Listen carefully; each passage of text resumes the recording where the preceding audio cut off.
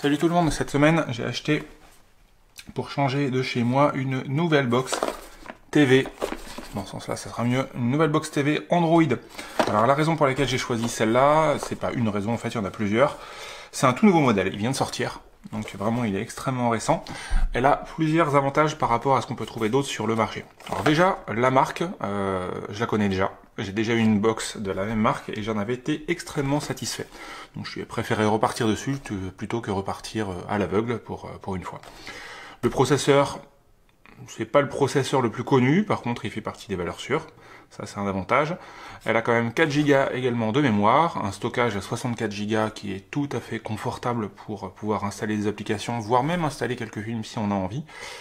Elle est connectable en Ethernet, ça c'est un très bon point.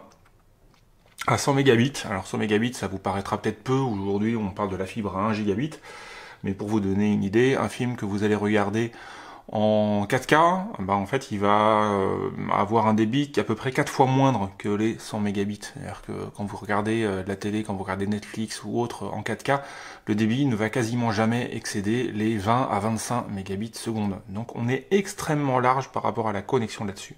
Au niveau du Wi-Fi, les Wi-Fi classiques A, B, G, N et AC et en 2,4 et 5 GHz.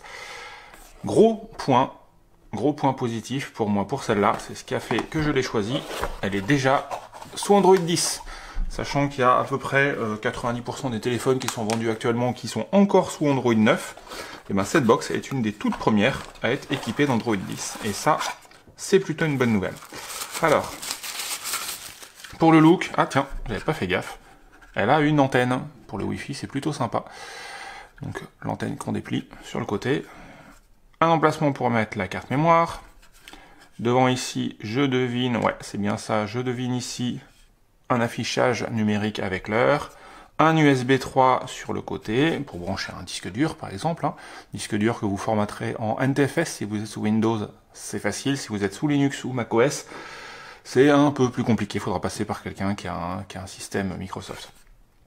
Derrière, une HDMI, l'alimentation, la fameuse prise Ethernet, et ici, les deux USB bien classiques que l'on retrouve pour vous remettre, par exemple, si vous faites comme moi, non pas une télécommande comme celle qui est ici, mais moi j'aime bien utiliser un clavier. Donc clavier Bluetooth, souris Bluetooth, et c'est réglé.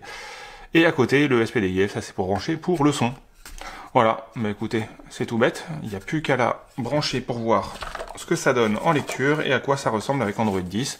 L'équipement et tout ce qu'il y a de plus classique à l'intérieur, la télécommande, le câble, l'alimentation.